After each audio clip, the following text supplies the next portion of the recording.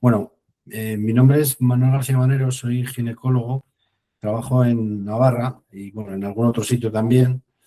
Y desde hace un tiempo me dedico un poquito más específicamente a la franja de edad de la mujer entre los 35 y los 50, 55, porque considero que es una etapa de una transición. Recientemente escribí un pequeño ebook donde hablaba de la menopausia, la transición pacífica, ¿no? Claves para el empoderamiento y para que podamos vivirla de una manera natural y sencilla, ¿no? Sin miedo, sobre todo. Eh, Voy a enlazar un poquito luego con la charla, pero quería así hacer un pequeño apunte de lo que he descubierto, que no sé si conocéis lo que se llama el minowousing. El minowousing No. es una técnica de marketing que está utilizando las empresas para vender sus productos basándose en el empoderamiento de la mujer en la menopausia, ¿no? Es decir, sin ninguna base científica ni ninguna base pues, de preocuparse de la propia mujer y están intentando vender cosas un poco a rebufo de todo este tema de la menopausia, ¿no? Entonces, me gusta decirlo porque creo que tengo la obligación como ginecólogo de evitar ese tipo de técnicas, ¿no? Que se están utilizando, ¿no? Que quieren empoderar a la mujer, pero realmente no están haciendo lo que se debe, ¿no? Bueno, eso era un pequeño apunte. Eh, el tema, no sé si empiezo ya, Sandra, con el tema, a explicarlo Sí, como, yo creo como que puedes quiere. ir empezando ya, sí. Vamos empezando. Vale, bueno, yo quería agradeceros la oportunidad de poder participar en este tipo de eventos que a veces nos cuesta apuntarnos porque, como te decía antes, con la pandemia creo que todos los webinares pues, nos hemos saturado todos de ello, pero creo que algunos merecen la pena y espero que este os merezca la pena. El tema sobre el que me comentaron para hablar era la salud metabólica femenina, claves a partir de los 40 años.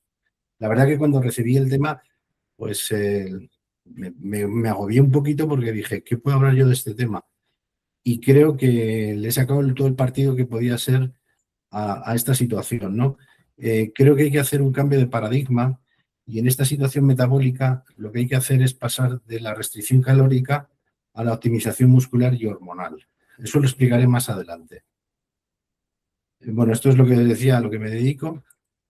Y quería comentaros un caso muy particular que me ha pasado esta mañana, una mujer de 44 años que ha venido a la consulta y lo primero que me ha dicho, me dice, doctor, no entiendo qué me está pasando. Estoy haciendo lo mismo que hace 5 años y mi cuerpo parece otro. Entonces yo le he preguntado, digo, ¿duermes peor? ¿Tienes más cansancio? ¿Has ganado peso? ¿Ha aumentado el volumen de la zona abdominal? Y ella me decía, efectivamente, hago todo lo que hacía antes, pero ahora no consigo ningún objetivo de los que me propongo. Entonces yo lo que le he dicho, y haré un símil que veréis posteriormente, es como si fuera un motor, ¿no? Estamos hablando de un motor que necesita unas nuevas reglas de juego. Hay que cambiar las piezas, hay que resetearlo. Y eso es lo que voy a intentar explicaros. Porque estas pacientes normalmente cuando van a la consulta de los médicos o a muchas consultas, estamos acostumbrados al es normal. Y muchas veces interiorizamos el es normal con no puedo hacer absolutamente nada, ¿no? Entonces yo creo que eso hay que evitarlo y hay que intentar, bueno, pues que no sea ese no poder hacer nada porque se pueden hacer muchas cosas. Este es el símil que os quiero poner para que se os quede bien grabado, el tema del metabolismo y un motor que necesita un buen combustible, unas buenas medidas de ajuste y un buen mecánico. Yo cuando hablo de algún tema me gusta ir siempre a la RAE, ¿no? Es decir, intentar buscar en qué significa salud metabólica. Hemos oído hablar muchas veces de salud mental, salud nutricional, pero indudablemente la salud metabólica yo creo que la tenemos un poquito apartada. La salud metabólica se define como el correcto funcionamiento de los procesos bioquímicos que van a permitir a nuestro organismo obtener la mayor energía a partir de los nutrientes. Es algo obvio, pero que a veces se nos olvida. En la mujer, lo que tenemos que tener muy claro es que hay unos convidados que no son de piedra, que son las hormonas. Y tenemos los estrógenos, por un lado, en la primera fase del ciclo, que lo que van a hacer es mejorar la sensibilidad a la insulina y optimizar el uso de la glucosa. Y luego tendremos la progesterona, que en la segunda fase del ciclo va a aumentar el gasto energético basal, aumentando el apetito que esto es a veces una de las pequeñas pegas porque aumenta el apetito tanto de carbohidratos como de grasas. Lo que está claro es que en la fase folicular hay más sensibilidad a la insulina, el cuerpo va a manejar de manera mejor la glucosa y va a tener más energía física. Y en la fase lútea y ovulación habrá picos hormonales que puedan alterar o modificar el balance energético y el comportamiento alimentario. Esto es en la fase del ciclo normal, pero a los 40 años lo que tenemos muy claro es que empieza a haber pequeños desajustes porque nos vamos a ir hacia la perimenopausia, ¿no? Entonces ahí habrá alteraciones a niveles hormonales que van a provocar alteración de la distribución de la grasa, del procesamiento de la glucosa y alteraciones a nivel muscular. El cuerpo o el motor aquí no falla, sino que lo que está es bajo unas nuevas reglas endocrinas y las estrategias que hacíamos todos que hacíais a los 20 o 30 años ahora no van a ser efectivas e incluso podrían ser contraproducentes. Lo que está claro es que la caída estrogénica o los cambios estrogénicos van a provocar una pérdida de la eficiencia en el manejo del metabolismo de la glucosa, con mayor tendencia a la resistencia a insulina. A su vez va a provocar un aumento del perfil lipídico con aumento del LDL y eso va a llevar consigo un cambio metabólico que va a predominar el almacenamiento de la grasa a nivel abdominal independientemente de la dieta, que esto es lo que muchas veces choca. Lo que está claro y lo que quiero dejar tiene que ser algo que no se nos olvide, es que lo que funcionaba a los 20 o 30 años ya no da resultados. Que no se trata de que no tengas voluntad, sino que realmente es que la maquinaria ha cambiado. Aquí he de decir que no vale eso de los 40 son los nuevos 30 y los 50 son los nuevos 40. Los 40 son los 40 y los 50 son los 50. Lo que tenemos que tener claro es que va a haber una serie de indicadores que nos van a ir diciendo que hay un proceso metabólico en cambio, como puede ser el aumento de la grasa abdominal sin cambiar la dieta, la dificultad a la pérdida de peso, como me decía la paciente esta mañana, haciendo lo mismo que hacía hasta ahora, y la falta de energía, que se encuentra cansada todo el día, y la presencia de los antojos, que eso suele estar ligado a el tema del azúcar y las alteraciones en el metabolismo de la insulina. Lo que tenemos claro es que hay un doble impacto, que es la sarcopenia o pérdida de la masa muscular, y que es considerable, de un 3 a un 8% cada década, si no lo combatimos. Eso yo creo que es clave y luego insistiré mucho en el tema de la masa muscular. Y por otro lado, hay un claro alteración a nivel de los estrógenos. El escudo protector que yo llamo de la mujer es el estrógeno, no solo a nivel metabólico, sino a nivel cardiovascular. Y aquí he de decir que muchas mujeres, cuando llegan a la menopausia, no se acuerdan de que la primera causa de muerte no es el cáncer, sino que es los fenómenos cardiovasculares, porque la protección producida por los estrógenos ha desaparecido. Esto lo que nos va a provocar es que aparezca lo que se llama la amenaza silenciosa, y es la sarcopenia, que provoca una disminución de lo que comentaba del 3 al 8% de la masa muscular, con lo cual el metabolismo basal se va a ver enlentecido, es decir, vamos a tener menos metabolismo basal porque tenemos menos masa muscular.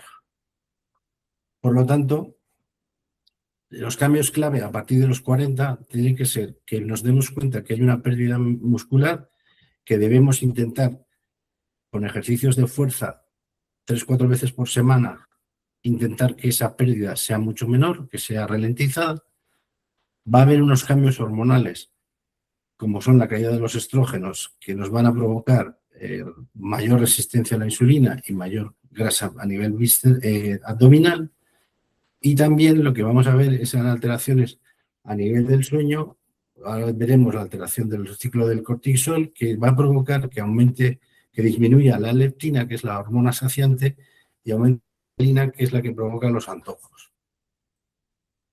Por lo tanto, sí tenemos unas señales de alerta que no las debemos obviar, que muchas veces no miramos para otro lado, como son lo que os digo, el aumento de la grasa, sin cambios en la dieta, esa dificultad para perder peso, la presencia de cansancio continuo y las alteraciones del sueño que provocan alteraciones también a nivel del ciclo menstrual.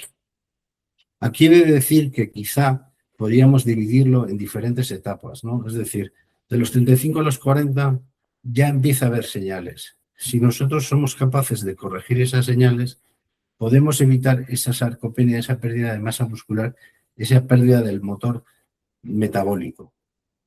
Indudablemente, en la 40-45 los cambios se van a ser mucho más acentuados porque la caída estrogénica va a ser mayor y a partir de los 45, pues vamos a ver no solo la alteración del metabolismo de la glucosa, sino que podemos ver también alteraciones a nivel lipídico.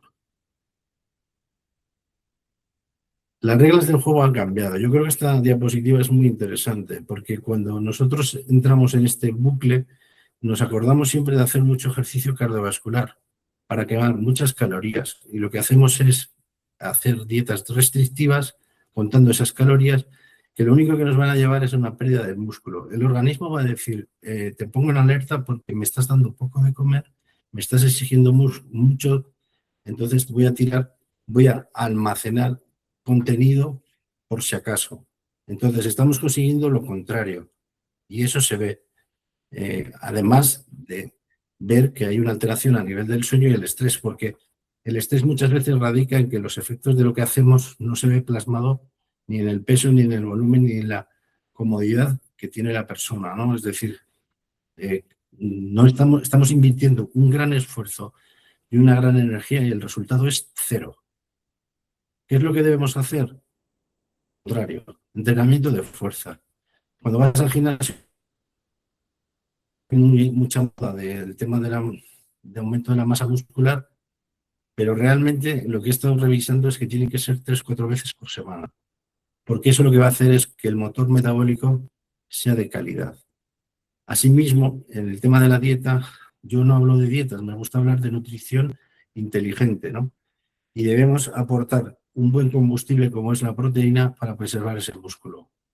Todo esto tiene que ir asociado a un manejo del cortisol mediante el control del estrés para intentar que el sueño sea reparador.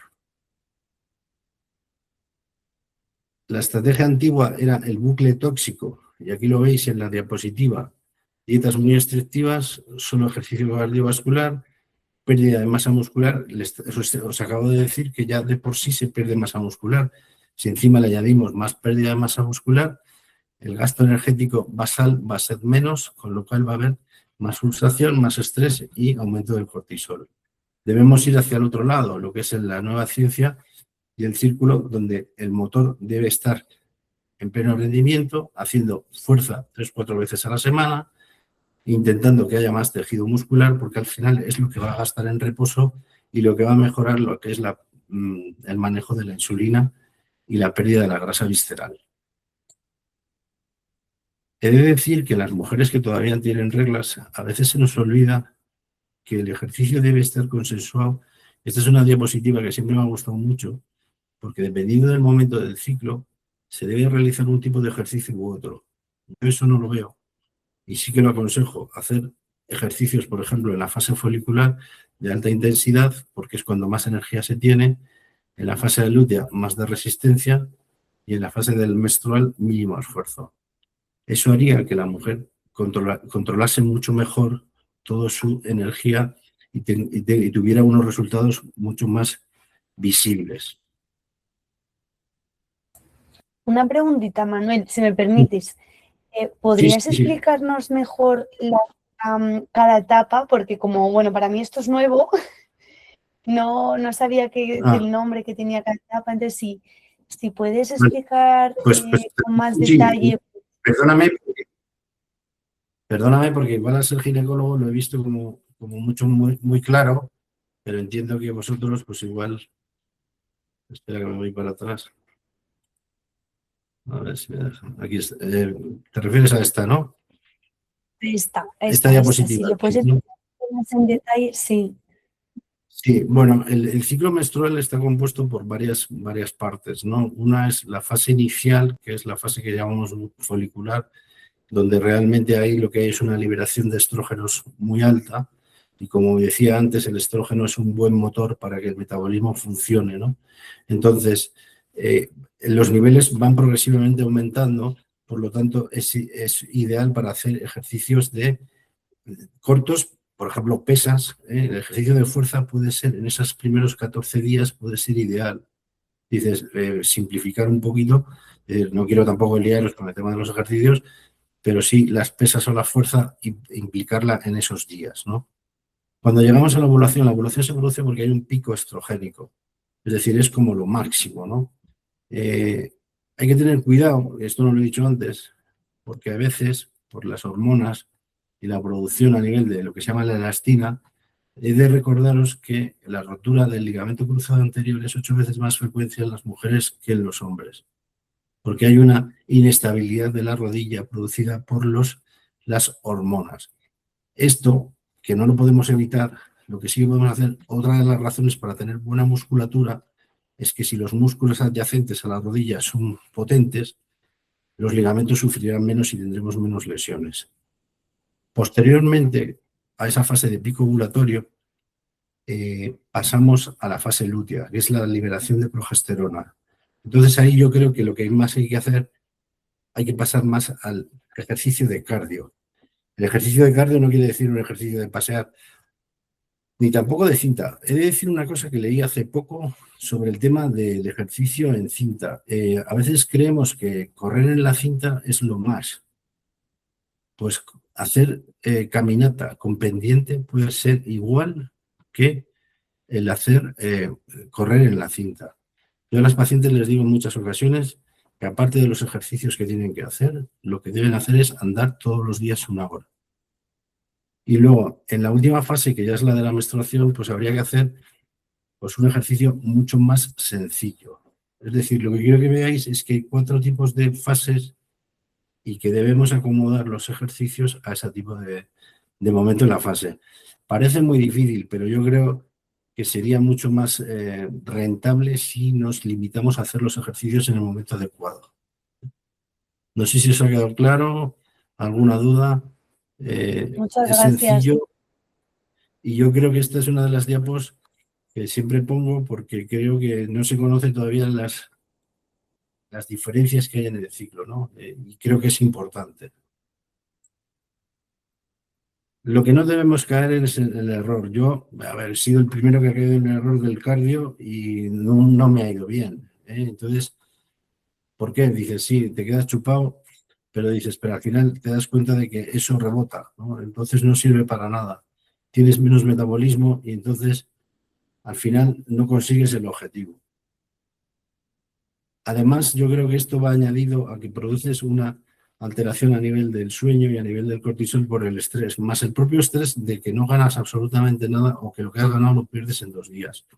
Hace 60 minutos he visto a una paciente que lo que me decía, dice, es que hago unas dietas restrictivas, pierdo 3 kilos, pero en menos de un mes ya gano otros 4. Y entonces, pues le he hablado directamente, le he dicho, voy a dar una charla a ese respecto sobre este tema, ¿no? Que creo que es muy importante. Entonces, yo creo que lo básico del metabolismo en la mujer a los 40 años es ser consciente de que el entrenamiento de fuerza de 3 o 4 veces por semana lo que nos va a hacer es que el motor, que es el músculo, vaya mejor, frenemos esa pérdida fisiológica que va a existir, bloqueémosla y aumentaremos mucho el gasto energético mejorando la sensibilidad a la insulina. Pequeño apunte que suele ayudar bastante. Si damos después de comer una caminata de 10-15 minutos, es decir, salir de casa y dar la vuelta a la manzana, eso va a ser nos va a ayudar muchísimo en el metabolismo de la glucosa, porque ahí tendremos los niveles de glucosa en la sangre muy altos, vamos a sacar, el músculo va a ser capaz de arrastrar toda esa glucosa y utilizarla, y dejaremos tranquilo al páncreas, con lo cual la insulina no se liberará para el manejo de dicha glucemia. Es un pequeño truco que yo le estoy diciendo últimamente a las pacientes para que lo hagan. Entiendo que a veces es difícil, después de comer, hacer este tipo de pequeños trucos, pero también lo que te evita es el sueño postprandial que te da si haces ese tipo de pequeños trucos. Insistiendo mucho en el entrenamiento de fuerza e insistir mucho en la frecuencia óptima. Con el tema de la frecuencia, y aquí he de reconocer que Iki Health, el programa de entrenamiento muscular, me abrió los ojos, porque muchas veces vamos al gimnasio y nos ponen series, 4 series, y como yo les digo a las pacientes, la primera no sabes cómo se hace y la haces vagamente, la segunda más o menos, la tercera estás intentando que no te mire el entrenador y la cuarta ya no la haces. Entonces es preferible hacer tiempo de verdad que no marcarse unas series que no vamos a cumplir. Y sí que hacerlas 3 o 4 veces por semana, el tiempo que sea necesario, con el descanso asociado a cada ejercicio. Con eso conseguiremos, insisto, en la protección del sistema motor del metabolismo, mejoraremos el metabolismo de la glucosa. Y no digo de hacer que no hay que hacer cardio, sino que el cardio debe ser la base, una base asociada a ejercicio muscular. Vale, ¿cómo sé yo si estoy haciendo las cosas bien? Y yo creo que aquí hay unos parámetros muy sencillos que pueden pedirse en una analítica general, no hay que estar haciendo todos los meses una analítica, pero si tenemos una glucosa en ayunas de menos de 100 miligramos de decilitro, si tenemos una hemoglobina glicosilada por debajo de 5,7, una insulina entre 2,8 microgramos unidades mililitro, con un LDL bajo y un HDL alto, más una circunferencia de la cintura menor de 80 centímetros, pues sabremos que estamos haciendo las cosas bien. A ver, puede que no lo tengamos todo ahora, pero podremos conseguirlo si no somos constantes. Para que el motor funcione, insisto mucho en lo siguiente. Tiene que haber ahora que está muy de moda la gasolina y el gasoil, tiene que haber un buen combustible. Y el combustible para el músculo es la proteína, asociado a la fibra. La proteína va a impedir que la caiga la masa muscular y mantiene así el gasto energético alto, y la fibra lo que va a hacer es evitar esos picos de glucosa, evitando los síndromes metabólicos y la diabetes tipo 2. Si hacemos dietas muy bajas en calorías, lo que vamos a hacer es lo contrario, vamos a conseguir lo contrario.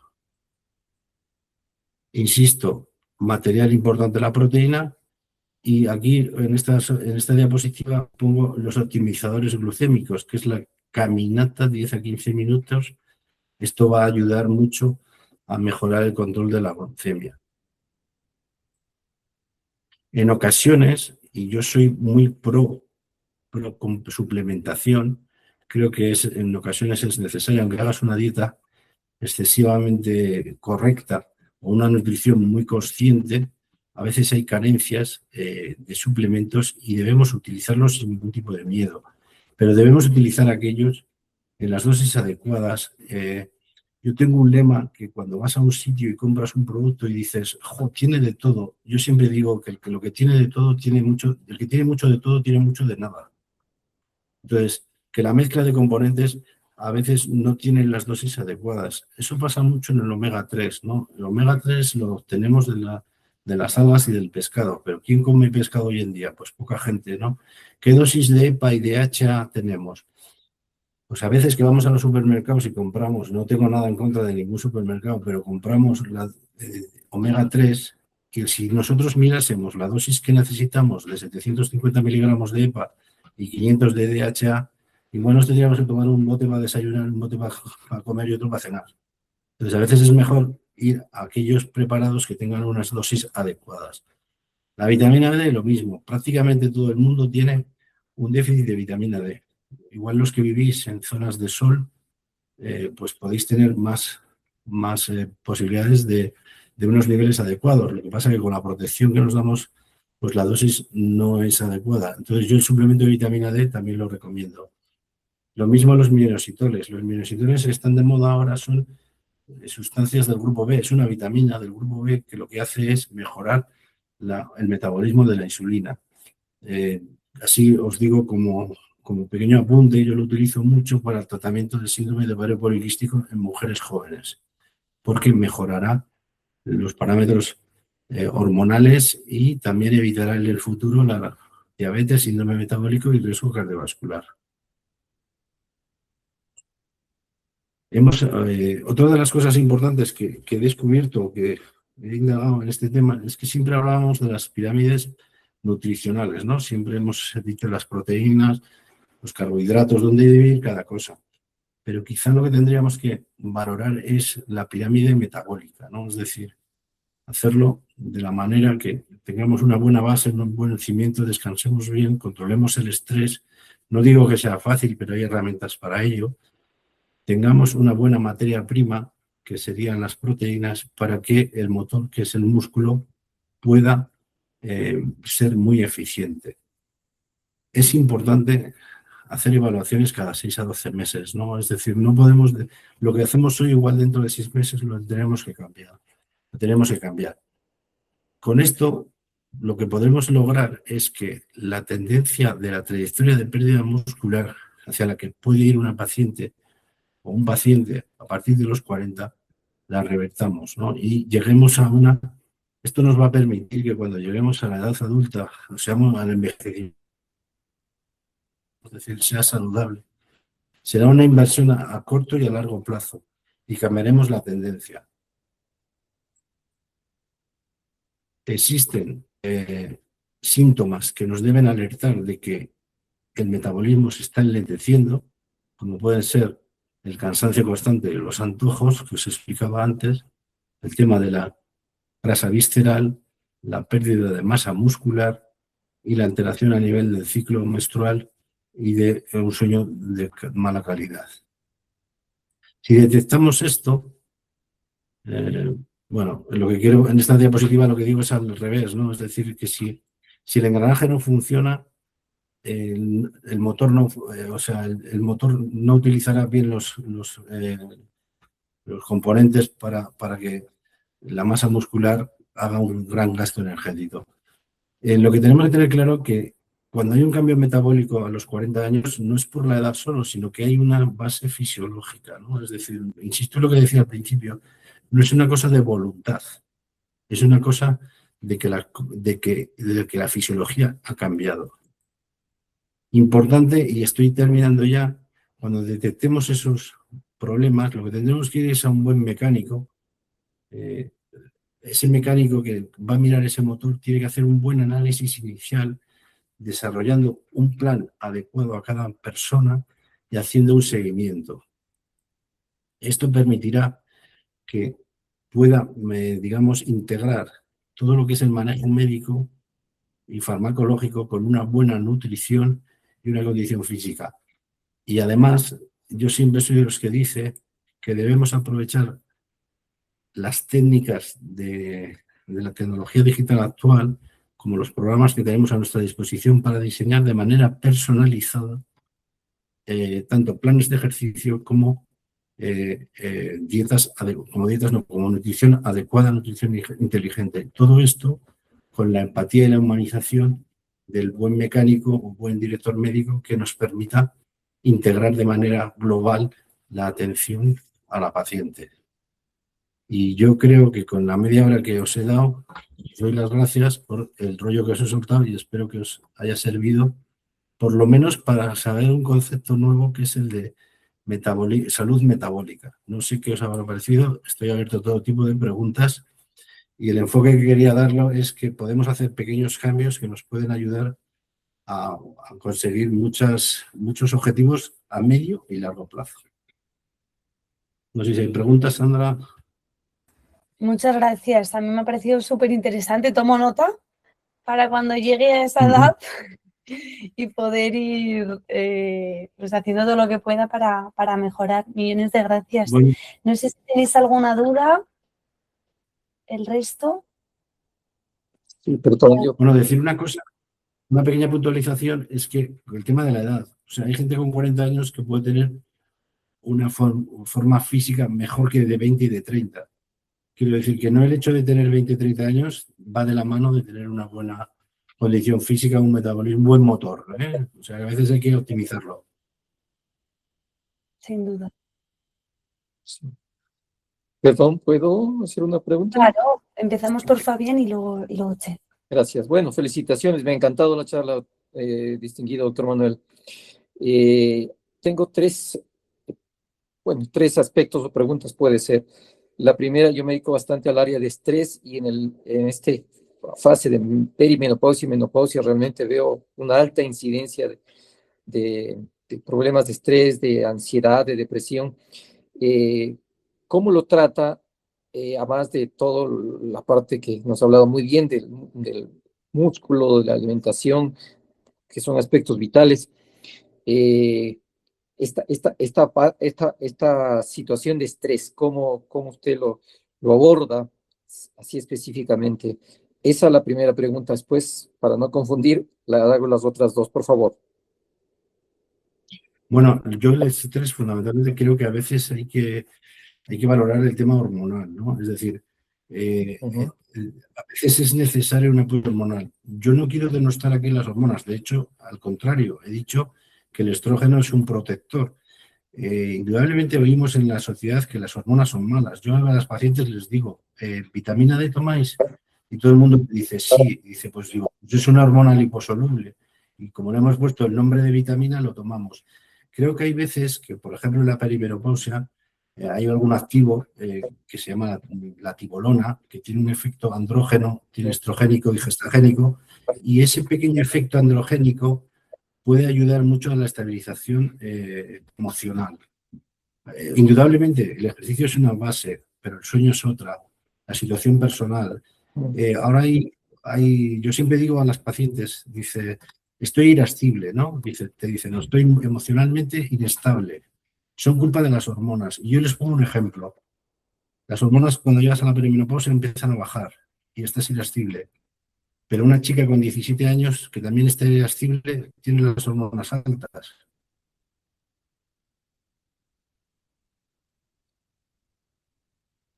Con lo cual, tiene que haber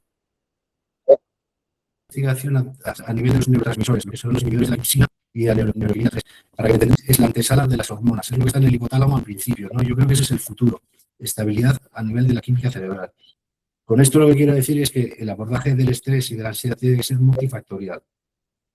Creo que las hormonas a veces nos ayudan. No sé si he respondido, Fabián. Sí, perfecto. Gracias. Ahora, la parte de músculo me parece vital, ¿no? Sí, ahora se habla hay médicos especializados en medicina del músculo, por la gran importancia que está tomando en la vida, bueno, no solo de la mujer, sino del hombre también. Sí. Ahí, en la parte muscular, ¿ha utilizado la creatina como dentro de la suplementación? Sí, con cuidado, yo creo que, o sea, no hacer un exceso de la creatina. O sea, la creatina no, yo creo que puede servir como combustible y nos puede ayudar mucho, pero debemos, yo tengo un amigo, muy buen amigo nefrólogo, que siempre le pregunto sobre el tema de la creatina y él me dice, a ver, la creatina no es mala, pero hay que saber utilizarla, ¿no? Lo que no debemos hacer es pasarnos al gimnasio y dar un paso más, ¿no? Yo creo que eso es lo que hay que tener cuidado. Sí, claro, hasta los 5 gramos diarios más o menos se aconseja, aparte de creatina. Exacto. Y la otra es, bueno, yo también estoy en ese campo de Ikihealth. ¿Cómo le ha ayudado Ikihealth para, pues, toda esta ayuda a la mujer en estas fases? Pues mira, lo fundamental para mí ha sido romper con el estereotipo de que el ejercicio se tiene que hacer en un gimnasio.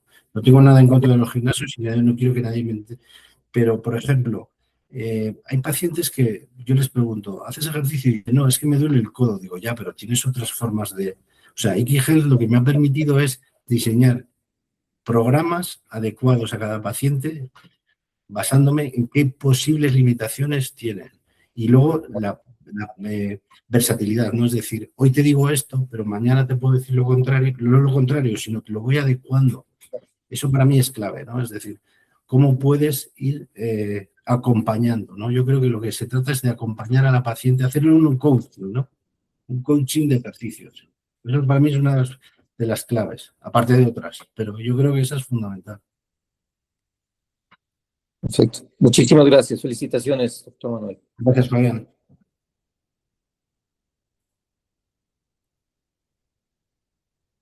No sé si hay alguna más. Sandra, ¿alguna pregunta? Vamos contigo también. Sí, mira, yo soy Meritxell, tengo 44 años y siempre he hecho bastante deporte. Y sí que es verdad que en el último año, cuando hago deporte, pues bueno, me noto después, tanto antes como después de tener la menstruación, me siento como bastante cansada, ¿no? Como, bueno, hago como Ujú. más, pues antes me mantenía más y sí que Sí, intento hacer ejercicios de fuerza, comer bastante más proteína. Para la mujer que hace deporte, bueno, ahora me he regulado, me he tenido que regular un poco. ¿Estos gramos de proteína siguen siendo los mismos o se tienen que aumentar un poco más? Porque sí que he notado como más picos de, como de fatiga, ¿no? Como que me falta energía. yo creo que deberíamos aumentarlo, ¿no? Es decir, yo creo que hay que ser flexible y todo depende del tipo de deporte y lo que nos exijamos, ¿no? Es decir, hacer fuerza, pues igual tú eres una deportista nata y la fuerza que haces no es la misma que la que puede hacer una mujer de, yo qué sé, que no está acostumbrada, que es la primera vez que va.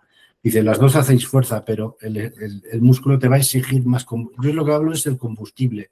Creo que te va a exigir más combustible porque le pides más, ¿no? Entonces, probablemente sea más necesario incrementar esa proteína.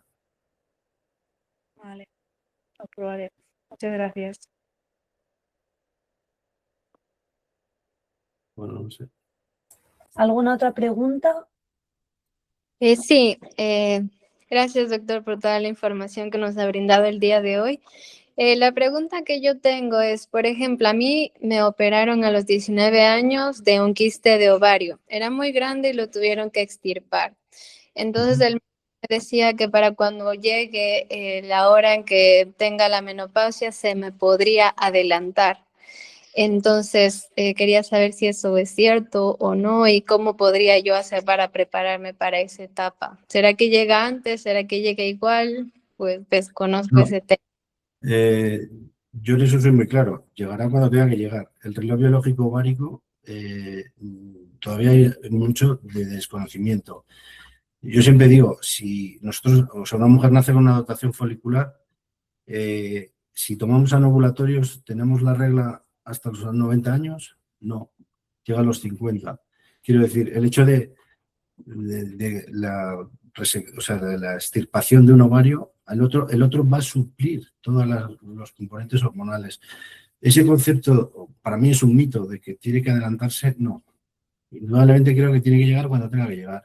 Pero desgraciadamente no lo sabemos, porque los marcadores que hay de la reserva folicular, de los factores antimüllerianos, pues te dan una idea, pero no es al 100%, ¿no? Entonces yo creo que de hecho en los últimos años tampoco ha cambiado mucho la edad de la menopausia.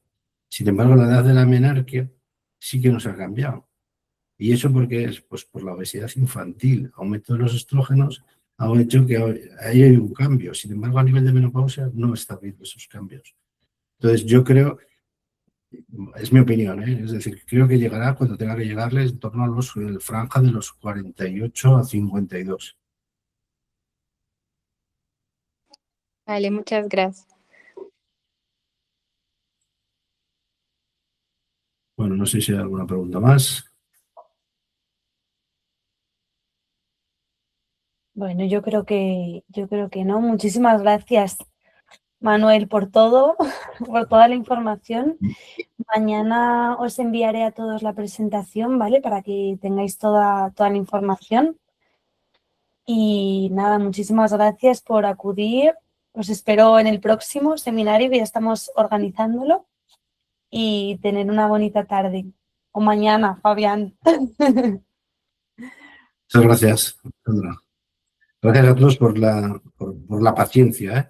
Y si tenéis alguna duda, ningún problema en contactar. Yo, todo lo que os pueda ayudar, siempre he sido así e intento hacerlo de esa manera, ¿no? Para mí la medicina es lo poco que sé, intentar exponerlo, ¿eh? Si quieres, Bueno, Sandra. Manuel, poner por el chat el correo o cómo quieres que te puedan contactar, a lo mejor a través de la página web, Sí, bueno, como perfecto, lo prefieras. pongo, sí. Vale, muy bien.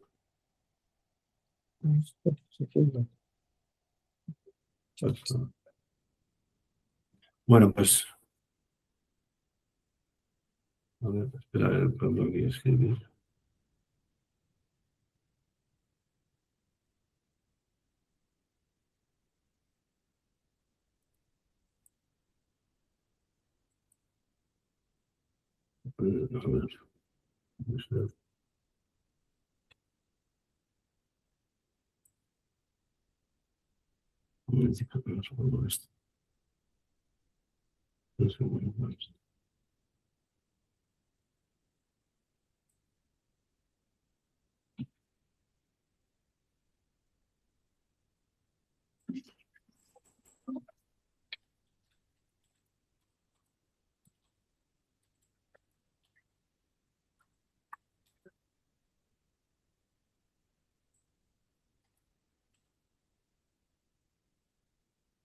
Metodología.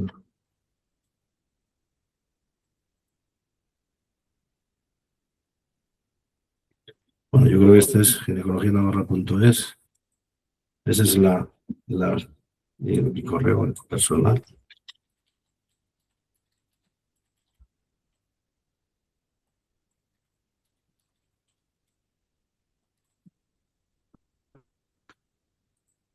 Bueno, os dejo ahí mi correo personal. A ver si me lo son. www.gmail.com y la página web www. Perfecto, muchas gracias. Muy bien, pues que tengáis buena tarde y buena mañana. Un saludo a todos. Igualmente, hasta luego.